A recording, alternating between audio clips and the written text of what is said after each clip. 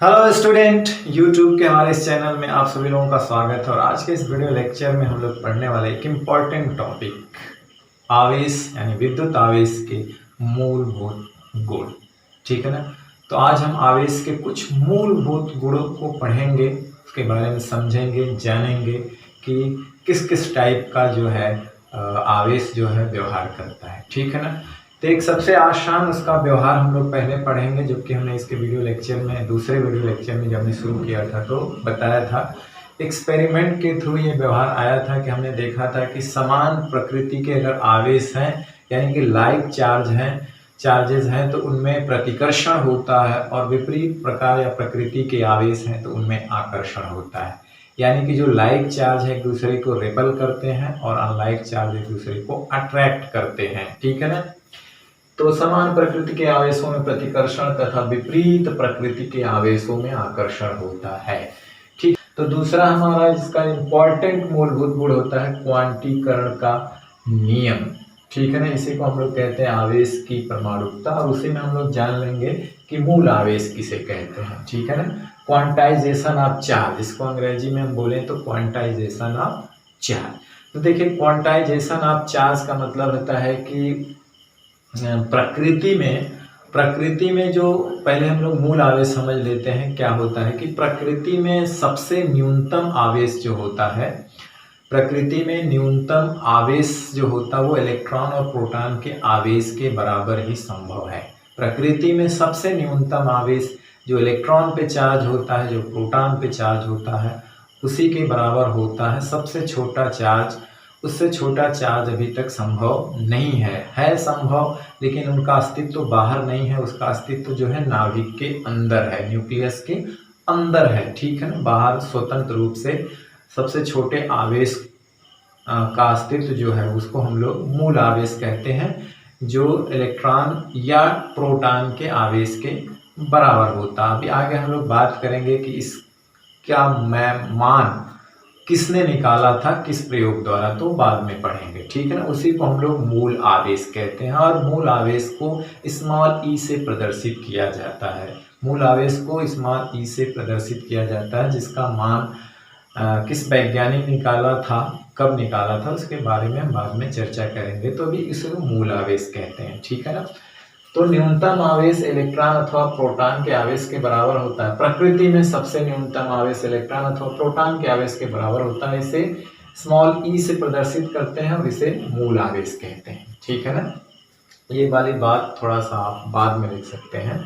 आप लिख सकते हैं प्रकृति में सबसे न्यूनतम आवेश इलेक्ट्रॉन अथवा प्रोटॉन के आवेश के बराबर होता है, जिसे मूल आवेश कहते हैं, और इसे स्मॉल ई से प्रदर्शित करते हैं। दूसरी चीज हम आते हैं क्वांटीकरण और क्वांटाइजेशन ऑफ चार्ज। क्या होता है? तो ये होता है कि कोई भी आवेश जो होता है वो न्यूनतम आवेश के पूर्ण गुणज या सरल गुणक में होता है, इंटीग्रल मल्टीपुल होता है। इसका मतलब समझते हैं कि सबसे छोटा आवेश तो मूल आवेश होता है, जिसको हम लोग स्मॉल ई से प्रदर्शित करते हैं, जो इलेक्ट्रॉन और प्रोटॉन के आवेश के बराबर होता है। इससे छोटा आवेश का अस्तित्व प्रकृति में नहीं है। ठीक है ना।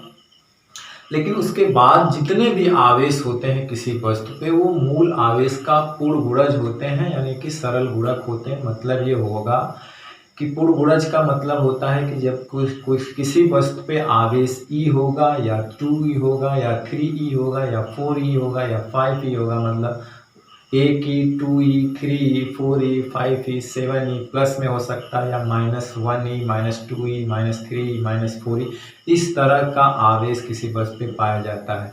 करने का मतलब है कि चार्ज जो है कंटिन्यूअस बढ़ने वाली चीज़ नहीं होती है, लगातार बढ़ने वाली चीज़ नहीं होती, बल्कि स्टेप में पाई जाती है। जैसे कि सीढ़ी जो होती स्टेप बाय स्टेप होती है, उसी तरह से चार्ज का व्यवहार होता है। मतलब क्वांटाइजेशन ऑफ चार्ज का मतलब है ऐसी चीज़ जिसको हम लोग गिन सकते हैं, काउंट कर सकते हैं। जैसे कोई कंटिन्यूअस चीज़ होती है तो उसका हम काउंट नहीं कर सकते, तो गिने जाने वाली चीज़ को क्वांटाइजेशन कहा जाता है। ठीक है ना। तो इसका एक काउंटेबल होता है, ये कंटिन्यूअस नहीं होता, बल्कि क्या होता है, मल्टीपल में पाया जाता है, पूर्णांकों में पाया जाता है, 1 2 3 4 5 इस तरह का। अगर किसी वस्तु पे चार्ज है तो ई होगा, नहीं तो 2e होगा, नहीं तो 3e होगा, नहीं तो 5e होगा, नहीं तो 6e होगा, या -1e -2e -3 इस तरह का होगा।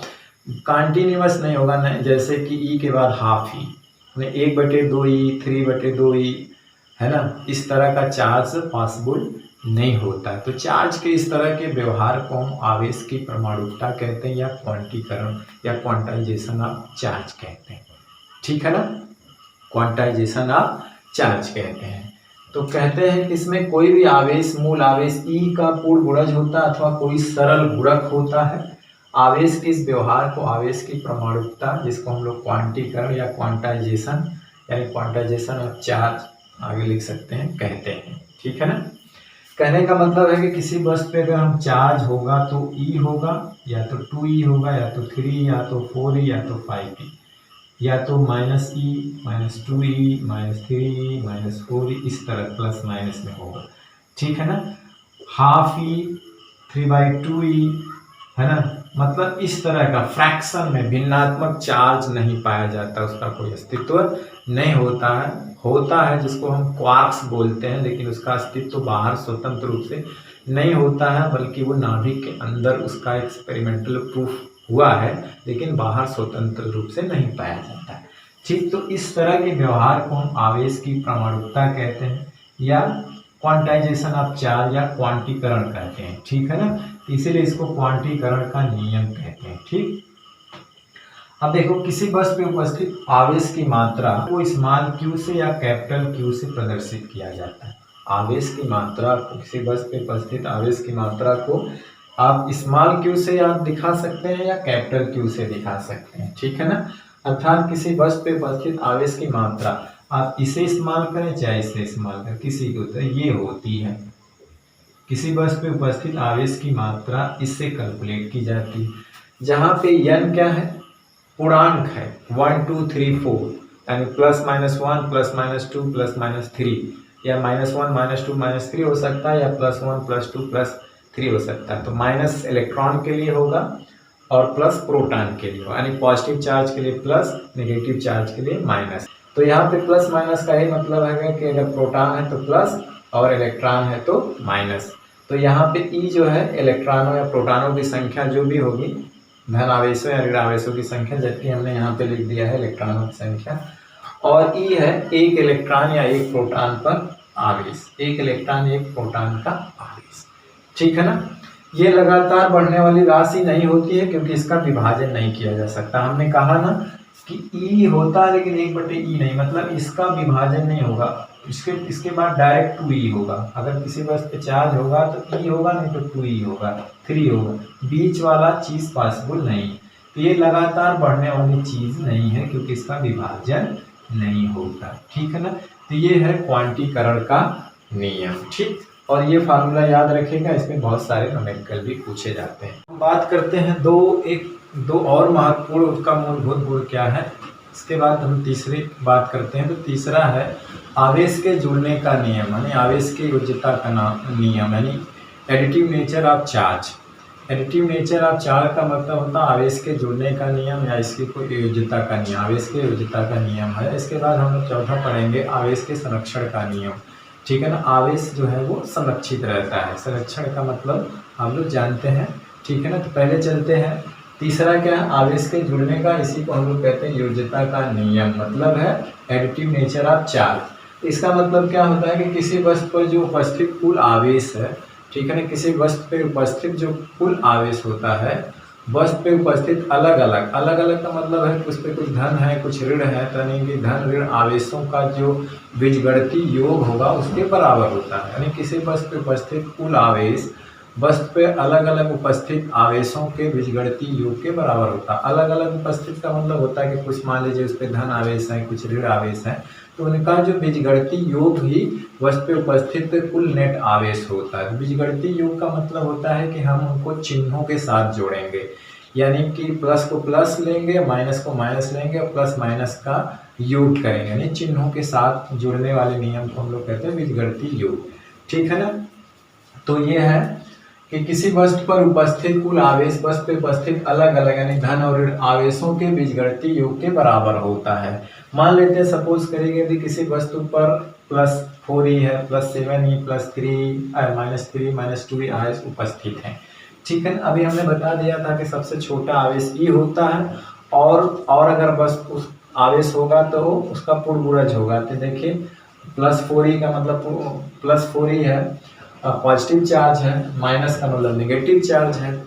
तो देखिए सबसे छोटा आवेश ई है, 4e मतलब उसका पूर्वगुणज हो सकता है। ठीक है ना, हमने कहा था ना अभी, इसी को क्वांटाइजेशन ऑफ चार्ज कहते हैं। क्या कहते हैं? आवेश की परमाणुकता या क्वांटीकरण, आवेश का क्वांटीकरण भी इसी को कहा जाता है। और ई को मूल आवेश कहा जाता है। और बस पर कोई भी आवेश ई होगा, नहीं तो 2e 3e 4e होगा, मतलब पूर्णांकों में पाया जाता है, भिन्नों में नहीं। मतलब हाफ मतलब 1/2e, 3/2e, है ना, 2/3e, इस तरह से आवेश मतलब का अस्तित्व नहीं पाया जाता है। उसका अभी जो है स्वतंत्र रूप से फ्रैक्शन में मतलब भिन्नों में आवेश नहीं पाया जाता है। ठीक है ना। तो यदि किसी वस्तु पर +4e -7e इस तरह का आवेश उपस्थित है, तो वस्तु पर कुल आवेश, नेट आवेश क्या होगा? तो इनका क्या ले लेंगे? बीजगणितीय योग। बीजगणितीय योग मतलब चिन्ह के साथ जोड़ना। देखिए चिन्हों के साथ, हमने इनको माइनस माइनस के साथ लिया, इसको प्लस, और सबको जोड़ दिया, तो चिन्हों के साथ जोड़े। देखिए 4 7 4 11 और माइनस -2 -3 -2 5, 11 में से 5 जाएगा तो +6, क्योंकि प्लस बढ़ा हुआ, तो उस पर नेट चार्ज पॉजिटिव चार्ज है, और कितना है? 6e के बराबर। ई मतलब है सबसे छोटा जो इलेक्ट्रॉन या प्रोटॉन के आवेश के बराबर होता है। ठीक है ना। तो इसके कहते हैं आवेश के जुड़ने का नियम। अगर इस तरह का सवाल पूछे किसी वस्तु पे, मान लीजिए कि इतने चार्ज है, तो उस पर कुल कितना नेट चार्ज है, आप चिन्ह के साथ जोड़ दीजिए। इसके बाद जो नेट आएगा वो इस तरह से आएगा।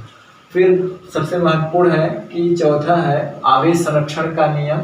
ठीक है ना। आवेश संरक्षण का मतलब होता है कि विद्युत आवेश संरक्षित होता, मतलब क्या हुआ कि ना आवेश को तो ना उत्पन्न किया जा सकता और न ही नष्ट किया जा सकता, केवल आवेश का स्थानांतरण ही संभव है। मतलब आवेश को न तो उत्पन्न कर सकते हैं और ना ही आवेश को नष्ट किया जा सकता है। आवेश का केवल स्थानांतरण हो सकता है। क्या हो सकता है? स्थानांतरण हो सकता है। कहने का मतलब ये है कि किसी वस्तु पर किसी विलगित निकाय पर उपस्थित कुल आवेश का योग जो होता है वो सदैव नियत रहता है। सदैव नियत रहने का मतलब है कि बाद में जो चार्ज होता है, यानी प्रारंभ में जितना चार्ज होता है बाद में भी उतना ही चार्ज होता है। प्रारंभ का कुल चार्ज बराबर अंतिम का कुल चार्ज। ठीक है ना। यानी कि उनका जो कुल चार्ज होता है हमेशा नियत बना रहता है। ठीक है ना, कम या ज़्यादा नहीं होता है। एक उदाहरण हमको यहाँ पे है। ठीक है ना, ये है कि रेडियोएक्टिव क्षय में जैसे यूरेनियम 238 92 इसका प्रोटॉनों की संख्या है, यानी उसको 92 प्लस चार्ज है। ठीक है ना। तो अगर इसका रेडियोएक्टिव क्षय होता है, देखिए थोरियम बनता है और हीलियम का नाभिक हीलियम बनता है। तो देखिए यहाँ पे भी प्रारंभ में कुल चार्ज क्या है? प्रारंभ में कुल आवेश बराबर होता है अंतिम में कुल आवेश बाद का कुल आवेश। कुल आवेश बराबर होता है। देखिए तब भी बराबर है। यहाँ पे कुल 92 प्लस चार्ज है, यानी 92 चार्ज है, और यहाँ पर भी देखिए 90 + 2, 2 प्रोटॉन यहाँ है, 90 प्रोटॉन यहाँ है, तब सब 90 में 2 जोड़ेंगे 92, यानी कि चार्ज कांस्टेंट है, यानी कि कुल चार्ज नियत होता है। धन और ऋण आवेशों का बीजगणितीय योग सदैव नियत रहता है। मतलब क्या है? अगर धन होंगे या तो ऋण होंगे, आवेशों का जो बीजगणितीय योग सदैव नियत रहेगा।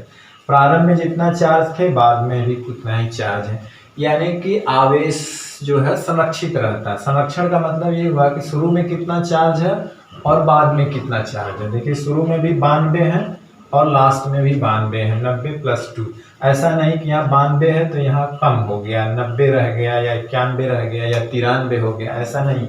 प्रारंभ में कुल चार्ज बराबर बाद में कुल चार्ज, यानी कहने का मतलब होता है कि निकाय का कुल चार्ज जो है सदैव नियत रहता है, संरक्षित रहता है, वो कम या ज़्यादा नहीं होता है। ठीक है ना। तो रेडियोएक्टिव क्षय के पहले कुल चार्ज जितना है, रेडियोएक्टिव क्षय के बाद भी कुल चार्ज उतना है। तो इसे कहते हैं आवेश के संरक्षण का नियम। यानी विद्युत आवेश संरक्षित होता है, अर्थात आवेशों को आवेश को न तो उत्पन्न किया जा सकता है न तो नष्ट किया जा सकता है।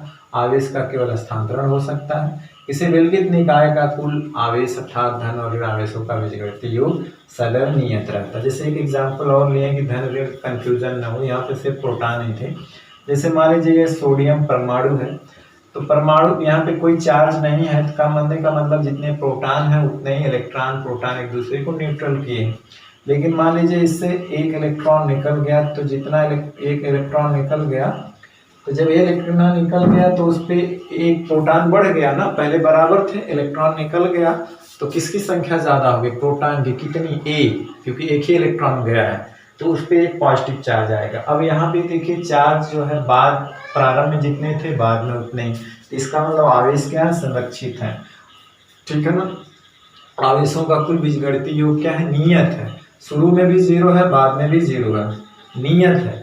नियत का मतलब है कि यहाँ पे जो है वही यहाँ पे रहे, उसी को कहते हैं कांस्टेंट। कांस्टेंट माने एक जैसा बना रहे, जैसे जीरो यहाँ पर, यहाँ पे भी जीरो, यहाँ पे भी कुल चार्ज जीरो, यहाँ पे भी कुल चार्ज जीरो, क्योंकि प्लस एक है माइनस एक है, दोनों का योग करेंगे क्या होगा, जीरो। जैसे प्लस को माइनस के साथ जोड़े तो क्या होगा, एक जीरो। ठीक है ना। तो देखिए प्रारंभ में भी कुल चार्ज जीरो है, बाद में भी कुल चार्ज जीरो, तो इसी को कहते हैं कि उनका योग सदैव नियत रहता है, कांस्टेंट रहता है। ठीक है। तो इसे कहते हैं आवेश संरक्षण का नियम, और इसके पहले था आवेश के जुड़ने का नियम। ठीक है ना, आवेश के जुड़ने का नियम। चलिए कुछ बातें और भी इससे रिलेटेड, उसको हम लोग लिख लेते हैं। वैसे गुण तो मुख्य चार ही है, ठीक है ना, जिसको हमने बता दिया, इसी को मूलभूत गुण कहा जाता है। ठीक है ना। और कुछ इससे रिलेटेड बातें हैं, एक दो और भी लिख लेते हैं, और इसके बाद कुछ चीज़ें हैं, कुछ पॉइंट हैं जो इससे रिलेटेड हैं, जो आपको याद रखना चाहिए। कुछ बेसिक चीज़ें हैं कंपटीशन लेवल का, उसको भी आपको याद रखना चाहिए, तो उसको नोट में हम लोग लिख लेंगे। जैसे चार हमने लिखा है, पांचवा लिख सकते हैं हम, कि देखिए हमने जब इसका पहला वीडियो बनाया था तो उसमें बताया था कि आवेश सदैव द्रव्यमान पर ही आता है। आवेश सदैव क्या है, द्रव्यमान पर ही आता है, बिना द्रव्यमान के आवेश का कोई अस्तित्व नहीं होता है। तो हम लिखेंगे कि आवेश सदैव कहाँ पे आता है, सदैव द्रव्यमान पर ही आता है। ठीक है ना। तो ये थोड़ा सा आप दो तीन गुण बहुत है, दो चार गुण वही है मुख्य है, उसको आप लिख सकते हैं, ये कोई जरूरी नहीं है, ये थोड़ा एडवांस की चीज है। तो आवेश सदैव द्रव्यमान पर ही क्या होता है, आता है, बिना द्रव्यमान के आवेश का कोई अस्तित्व नहीं होता है। बिना द्रव्यमान के आवेश का कोई अस्तित्व, आवेश का कोई अस्तित्व नहीं होता है। मतलब देखिए उसमें हमने जब दो वस्तुओं को रगड़ा था तो द्रव्यमान आवेश दोनों पे आता था, दोनों के पास द्रव्यमान है तभी आवेश आता था, बिना द्रव्यमान के आवेश का अस्तित्व नहीं होता। आवेश जब भी आएगा किसी पदार्थ पे आएगा जिसका द्रव्यमान होगा। ठीक है ना। जैसे कि गामा किरण होता है ना, गामा किरण का आप नाम सुने होंगे, आप अल्फा बीटा गामा पढ़े होंगे, तो उसमें अल्फा कण होता है, बीटा कण होता है, गामा को कण नहीं कहा जाता क्योंकि वो एनर्जी होती है, ऊर्जा होती है, उसका विराम द्रव्यमान जीरो होता है। देखिए उसके पास मास नहीं है, इसलिए गामा के पास कोई चार्ज नहीं होता है। आप पढ़े होंगे 9th में अल्फा बीटा गामा का रेडिएशन, तो उसमें आप देखे होंगे कि वहाँ पे दो फील्ड लगाई गई थी। तो अल्फा एक तरफ जाती है और बीटा एक तरफ पड़ जाता है, और गामा बिना विक्षेपित हुए सीधे निकल जाता है। इसका मतलब है कि उस पर कोई चार्ज नहीं होता है। ठीक है ना, उस पर कोई चार्ज नहीं होता है। अल्फा कण पे प्लस चार्ज होता है, बीटा कण पे माइनस चार्ज होता है। गामा कण नहीं बोला जाता है, किरण बोला जाता है, क्योंकि वो एनर्जी का रूप होता है, उसका विराम द्रव्यमान होता है, उसके पास कोई मास नहीं होता, टोटल एनर्जी होती है। तो इसलिए जब मास नहीं होता, देखिए उस पर कोई चार्ज नहीं होता। तो इसीलिए बात होती है कि आवेश सदैव द्रव्यमान पर ही आता है, बिना द्रव्यमान के आवेश का कोई अस्तित्व नहीं होता है। लेकिन एक चीज है कि बिना आवेश के द्रव्यमान हो सकता है, बिना आवेश के द्रव्यमान हो सकता है, लेकिन आवेश जो है द्रव्यमान पे आता है। जैसे कि आप कोई वस्तु ले लें, उस पर कोई चार्ज नहीं है लेकिन द्रव्यमान तो है उसका, है ना। तो बिना आवेश के द्रव्यमान का अस्तित्व हो सकता है ना। आप चाहे तो लिख सकते हैं इसका उल्टा भी, कि आवेश सदैव द्रव्यमान पर ही आता है, बिना द्रव्यमान के आवेश का कोई अस्तित्व नहीं होता है, और बिना आवेश के द्रव्यमान हो सकता है, बिना आवेश के द्रव्यमान हो सकता है। ठीक है ना, क्योंकि जब वस्तु न्यूट्रल होती है, उस पर कोई चार्ज नहीं होती, तो मास तो उसका होता ही होता है, ठीक है ना। अब बात करते हैं कि पदार्थ की वस्तु की गति का आवेश पर कोई प्रभाव नहीं पड़ता है। वस्तु की गति का आवेश पर कोई प्रभाव नहीं पड़ता है, प्रभाव नहीं पड़ता है, ठीक है ना। वस्तु की गति का आवेश पर कोई प्रभाव नहीं पड़ता, मतलब कि अगर कोई वस्तु पे चार्ज है और वस्तु बहुत स्पीड से मोशन कर रही है तो चार्ज में कोई परिवर्तन नहीं होगा, लेकिन मास में चेंज हो जाता है। जबकि मास में परिवर्तन होता है, आप हायर क्लास में, एडवांस क्लास में पढ़ेंगे कि जब कोई मास बहुत हाई स्पीड से मूव करता है तो बदल जाता है, बढ़ जाता है, ठीक है ना, जिसको हम लोग आइंस्टीन का सापेक्षिकता का सिद्धांत कहते हैं, प्रिंसिपल ऑफ रिलेटिविटी। तो उसमें उन्होंने बताया है कि जब कोई वस्तु या मास युक्त वस्तु या पदार्थ बहुत हाई स्पीड से मूव करता है, मोशन में होता है, तो उसका मास बढ़ जाता है, लेकिन चार्ज पे कोई प्रभाव नहीं पड़ता है, ठीक है ना। तो वस्तु की गति का आवेश में कोई प्रभाव नहीं पड़ता है, जबकि वस्तु का द्रव्यमान बदल जाता है, वस्तु का द्रव्यमान बदल जाता है, ठीक है ना। वस्तु का द्रव्यमान क्या होता है, बदल जाता है, ठीक है। तो इस तरह से बहुत सारी चीज़ें हैं। अभी हमने कुछ चीज़ें हैं जो कि आप नोट में लिख सकते हैं, ठीक है ना। उसके अंदर आप नहीं लिखेंगे, इतना बहुत है। आवेश का जो मात्रक होता है वो क्या होता है, कूलाम होता है। आवेश का मात्रक क्या होता है, कूलाम होता है। तो हम यहाँ पे लिख लेते हैं आवेश का मात्रक।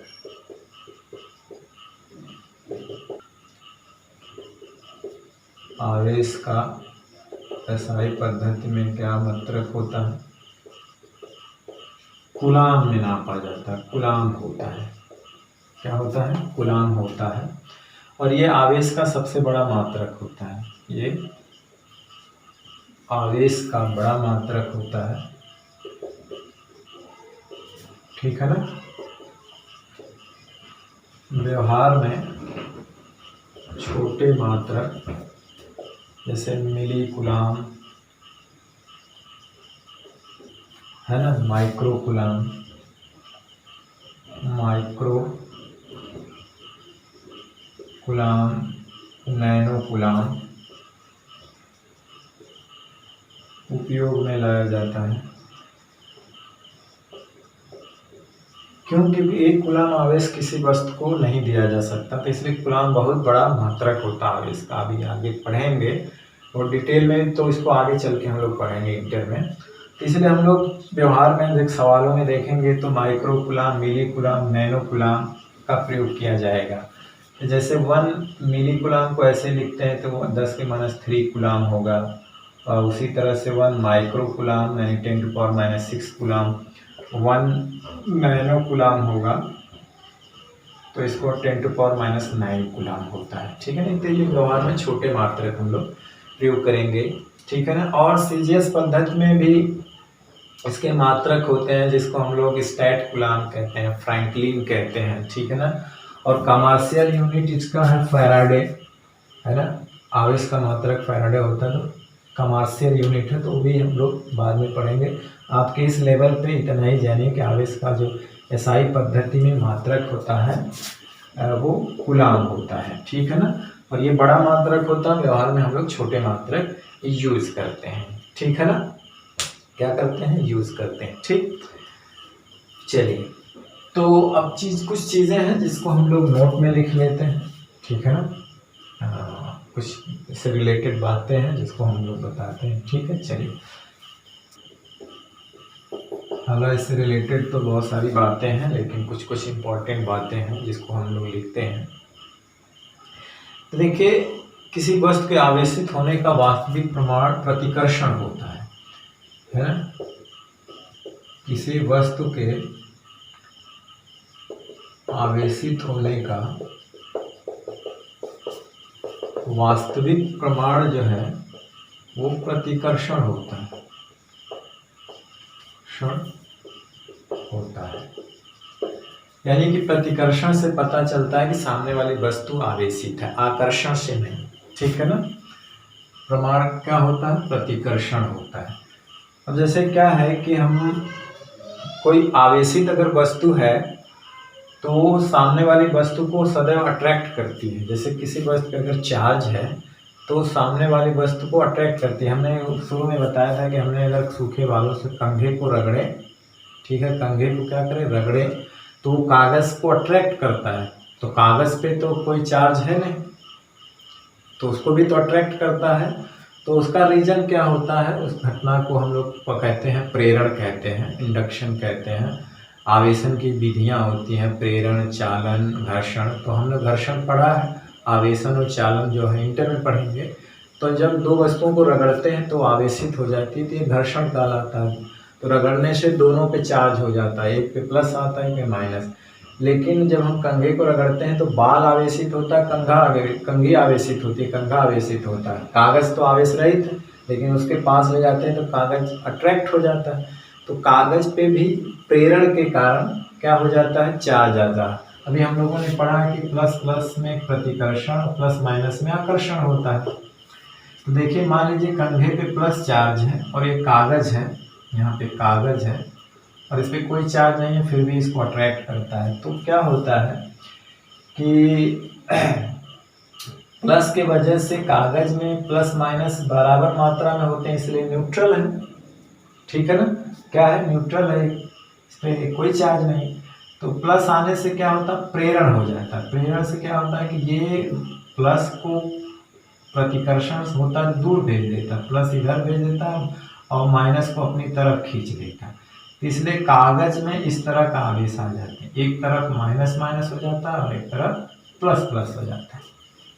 क्योंकि प्लस प्लस में प्रतिकर्षण होता है तो दूर भेज देता है, माइनस माइनस को अपनी तरफ खींच लेता है। तो इस तरह से माइनस एक सिरे पे होते हैं, प्लस दूसरे सिरे पे आ जाते हैं और माइनस प्लस में अट्रैक्शन होता है, तो इसलिए कंघा कागज को अपनी तरफ खींच लेता है। तो यही वजह होती है कि जब भी हम आवेशित वस्तु को आवेश रहित के पास लाते हैं तो हमेशा अट्रैक्शन होता है। क्या होता है, अट्रैक्शन होता है। तो देखिए, अट्रैक्शन से दो बात पता चलती है, ठीक है ना। आकर्षण में सामने वाली वस्तु आवेश रहित भी हो सकती है या विपरीत आवेशित हो सकती है। क्योंकि जैसे यहाँ पे हम मान लीजिए कोई वस्तु प्लस से आवेशित है और एक सामने वस्तु रखी है दो, ठीक है ना। अब इन अट्रैक्शन की बात कर रहे हैं, अब इन दोनों को पास लाते हैं, दोनों में अट्रैक्शन होता है। तो हो सकता है कि एक पे माइनस चार्ज हो और एक आवेश रहित होगी, आवेश रहित। कहने का मतलब है कि कोई आवेशित वस्तु आवेश रहित वस्तु को सदैव आकर्षित करती है और कोई विपरीत आवेश से आवेशित है तो उसे भी आकर्षित करती है। लेकिन हमको इस बारे में जब नहीं बताया गया रहेगा तो हम क्या कहेंगे, हम कंफर्म नहीं है कि वो वस्तु आवेशित है कि नहीं है। क्योंकि अगर कोई वस्तु सामने वाली वस्तु को अट्रैक्ट कर रही है तो या तो वो विपरीत आवेश से आवेशित है या तो उस पर कोई चार्ज नहीं है। तो हम कंफर्म नहीं कर सकते हैं कि वो आवेशित है या नहीं। लेकिन अगर दो वस्तुओं में प्रतिकर्षण हो रहा है, दो वस्तुओं में अगर प्रतिकर्षण हो रहा है तो ये तो कंफर्म है कि सामने वाली वस्तु समान आवेश से आवेशित है। अगर इस पे प्लस है तो सामने वाले पे भी प्लस है, अगर इस पे माइनस है तो सामने वाले पे माइनस है, ये कंफर्म हो जाता है। जैसे एक वस्तु सामने वाली वस्तु को प्रतिकर्षित कर रही है तो निश्चित है कि जो वस्तु हम लिए हैं उस पर जो चार्ज है वही सामने वाले पे है, यानी वो कंफर्म होता है कि वो आवेशित है। लेकिन अगर दो वस्तुओं में अट्रैक्शन हो रहा है तो दो बातें होती, या तो वो आवेश रहित होगी या तो वो विपरीत आवेश से आवेशित होगी। आप कंफर्म नहीं कर सकते कि वो आवेशित है या नहीं, तो वहाँ दुविधा वाली बात। लेकिन अगर प्रतिकर्षण हो रहा है तो निश्चित है कि सामने वाली वस्तु पे वही चार्ज है जो वस्तु पे चार्ज है। तो आप बता सकते हैं कि सामने वाली आवेशित है और इस पर वही चार्ज है जो इस वाली वस्तु पे। तो इसीलिए किसी वस्तु के आवेशित होने का वास्तविक प्रमाण जो होता है वो प्रतिकर्षण होता है। क्या होता है, प्रतिकर्षण होता है। हमने मूल आवेश के बारे में पढ़ा था, ठीक है ना। क्या पढ़ा था, मूल आवेश। तो मूल आवेश जो होता है इलेक्ट्रॉन और प्रोटॉन पे जो सबसे छोटा आवेश होता है, अरे उपस्थित आवेश को ही मूल आवेश कहते हैं, जिसको स्मॉल ई से प्रदर्शित करते हैं। अब रही बात तो कि उसका मान कितना होता है, उसका मैग्नीट्यूड कितना होता है, ठीक है ना। मैग्नीट्यूड की बात अगर करें, उसका मैग्नीट्यूड कितना होता है, तो देखिए एक वैज्ञानिक थे, मिलिकन नाम से वैज्ञानिक थे। कौन वैज्ञानिक था, रॉबर्ट ए मिलिकन। कौन वैज्ञानिक थे? रॉबर्ट ए मिलिकन। तो रॉबर्ट ए मिलिकन ने तेल बूंद का एक प्रयोग किया था, एक एक्सपेरिमेंट किया था 1912। चार्ज का जो मान निकाला था कि इलेक्ट्रॉन पे जो चार्ज है, न्यूनतम जो चार्ज ई होता है, उसकी वैल्यू उन्होंने बताया था 1.6 × 10⁻19 कूलम। अगर आवेशित है तो आगे ऋण लग जाएगा, अगर प्लस है तो आगे प्रोटॉन है तो उस पर प्लस लग जाएगा, -19 कूलम। ठीक है ना। उन्होंने बताया था एक्सपेरिमेंट के थ्रू, हमने कहा था अभी कि हम आगे बताएंगे। क्वांटीकरण की खोज वही किए थे कि उन्होंने देखा था कि चार्ज जब भी मिल रहे थे E2 E3 E4 E के रूप में मिल रहे थे, यानी हाफ E 3/2 E या 2/3 E चार्ज नहीं पाया उन्होंने। ठीक है ना। तो जब भी चार्ज उन्होंने पाया वो पूर्ण गुणज के रूप में था, और सबसे छोटा चार्ज उन्होंने क्या पाया? ये। ठीक है ना। कहा कि सबसे छोटा चार्ज यही है, इससे बड़ा और इससे छोटा चार्ज पॉसिबल नहीं है। ठीक है ना। तो उस बात को हम लोग लिख लेते हैं कि आवेश के क्वांटीकरण मतलब क्वांटाइजेशन माने परमाणुकता जिसको कहते हैं, आवेश के क्वांटीकरण की खोज, आवेश के क्वांटीकरण की खोज रॉबर्ट ए मिलिकन, क्या नाम था उनका? रॉबर्ट ए मिलिकन। रॉबर्ट ए मिलिकन ने तेल बूंद के प्रयोग द्वारा, ऑयल ड्रॉप में एक्सपेरिमेंट करते हैं, तेल बूंद के प्रयोग द्वारा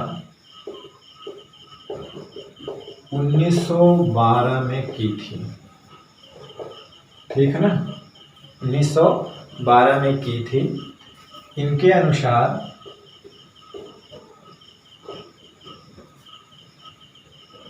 न्यूनतम आवेश E का मान जो है कितना होता है? 1.6 × 10⁻19 कूलम। अगर ऋणात्मक है तो यहाँ ऋण लग जाएगा, धनात्मक यहाँ धन लग जाएगा, कूलम होता है। ठीक है ना। एक चीज महत्वपूर्ण और है इसमें, हम बता दें कि देखिए, घर्षण द्वारा उसी वस्तु को आवेशित किया जा सकता है जो कुचालक हो, यानी इंसुलेटर हो। यानी कि हमें अभी चर्चा करना आगे कुचालक पदार्थ, चालक पदार्थ, अर्धचालक पदार्थ, अतिचालक, सुपर कंडक्टर क्या होते हैं, तो आगे हम लोग पढ़ेंगे। एक बात महत्वपूर्ण यह है कि घर्षण द्वारा कुचालक पदार्थों को हुई, ये क्या है? कंघी क्या, प्लास्टिक क्या है, कांच क्या, ये सब कुचालक पदार्थ, इनमें घर्षण द्वारा ही इनको आवेशित किया जा सकता है। यानी अगर हम लिख सकते हैं जिसको हम लोग कुचालक पदार्थ कहते हैं, इंसुलेटर है ना, अचालक जिसको कहते हैं कुचालक, यानी कि घर्षण द्वारा केवल कुचालक पदार्थों को ही आवेशित किया जा सकता है, किया जा सकता है ना। चालक पदार्थों को आवेशित नहीं किया जा सकता है, कारण बता रहे हैं हम। ठीक है ना। क्यों? कि देखिए क्या होता है कि जो कुचालक पदार्थ होते हैं, अगर उनको चार्ज दिया जाता है तो जहाँ पर दिया जाता है वहीं पड़ा रहता है, क्योंकि कुचालक पदार्थ में चार्ज फ्लो नहीं कर सकता। कुचालक तभी तो बोला जाता है क्योंकि उसमें चार्ज मूव नहीं कर सकता, जहाँ पे दिया जाएगा वहीं पड़ा रहेगा। और जो चालक पदार्थ होते हैं उनमें क्या होता है, चार्ज ट्रांसफर हो जाता है, यानी कि कुचालक है, चार्ज एक स्थान से दूसरे स्थान तक जा सकता है, और कुचालक पदार्थ में नहीं जा सकता। तो इसीलिए कुचालक पदार्थ में घर्षण द्वारा इसको चार्ज दिया जा सकता है, क्योंकि हम हाथ से पकड़ कर रगड़ते हैं तो चार्ज दोनों पे आते हैं, जहाँ आते हैं वहीं आते हैं, हमारे हाथ में ट्रांसफ़र होकर के पृथ्वी में नहीं जाते। ठीक है ना। क्या होता है, नहीं जाते हैं तो वो चार्ज पड़ा रहता है, क्योंकि वो कुचालक है। चालक को क्यों नहीं घर्षण द्वारा आवेशित किया जा सकता है? चालक को इसलिए नहीं आवेशित किया जा सकता है कि चालक पदार्थ में आवेश दिया जाता है तो वो ट्रांसफ़र हो जाते हैं। तो अगर हम दो चालक पदार्थ को हाथ से रगड़ेंगे, पकड़ के हाथ में, हाथ से नहीं, हाथ में पकड़ के रगड़ेंगे तो चार्ज तो आएंगे लेकिन वो चार्ज उस पर टिक नहीं पाएंगे। क्यों? क्योंकि हमारी बॉडी भी चालक है। वो चार्ज हमारे बॉडी से होते हुए कहाँ चले जाएंगे? पृथ्वी में चले जाएंगे। हाँ, एक शर्त पे चार्ज उस पर टिक सकते हैं, अगर हम हाथ में कोई प्लास्टिक कवर लगा लें, प्लास्टिक लगा लें और फिर उसको रगड़ें, तो हमारा हाथ जब प्लास्टिक कवर लग गया तो वो चार्ज को पृथ्वी में जाने नहीं देगा, इसलिए कुछ देर तक चार्ज जो है उस पर टिक सकते हैं। वरना अगर हम उस हाथ से, यानी कि फ्रेश हाथ से, इस पर कोई कवर ना हो, कोई चालक पदार्थ ना हो, उसको अगर चालक पदार्थ को रगड़ेंगे तो उस पर चार्ज टिकता नहीं है, मतलब उस पर आता नहीं, वो आवेशित नहीं होता है, लेकिन वो आवेश कहाँ चले जाते हैं? ग्राउंड, पृथ्वी में चले जाते हैं। ठीक है ना, हमारी बॉडी से होते हैं, तो इसीलिए उसको चार्ज नहीं किया जा सकता। इसीलिए लिखा जाता है कि घर्षण द्वारा केवल कुचालक पदार्थों को आवेशित किया जा सकता, चालक को नहीं। ठीक है ना। तो चलिए, आज हमने विद्युत आवेश का जो हमारा टॉपिक था मूलभूत गुण में, बहुत ही इम्पोर्टेंट बात पे चर्चा की। हमें आशा है कि आपको बातें समझ में आई होगी। ठीक है, तो चलिए आज का वीडियो लेक्चर हम यहीं समाप्त करते हैं और नेक्स्ट टॉपिक के साथ, और नेक्स्ट वीडियो लेक्चर में फिर आपसे मिलते हैं। तब तक पढ़ाई करते रहिए, पढ़ते रहिए। All the very best. Thank you very much.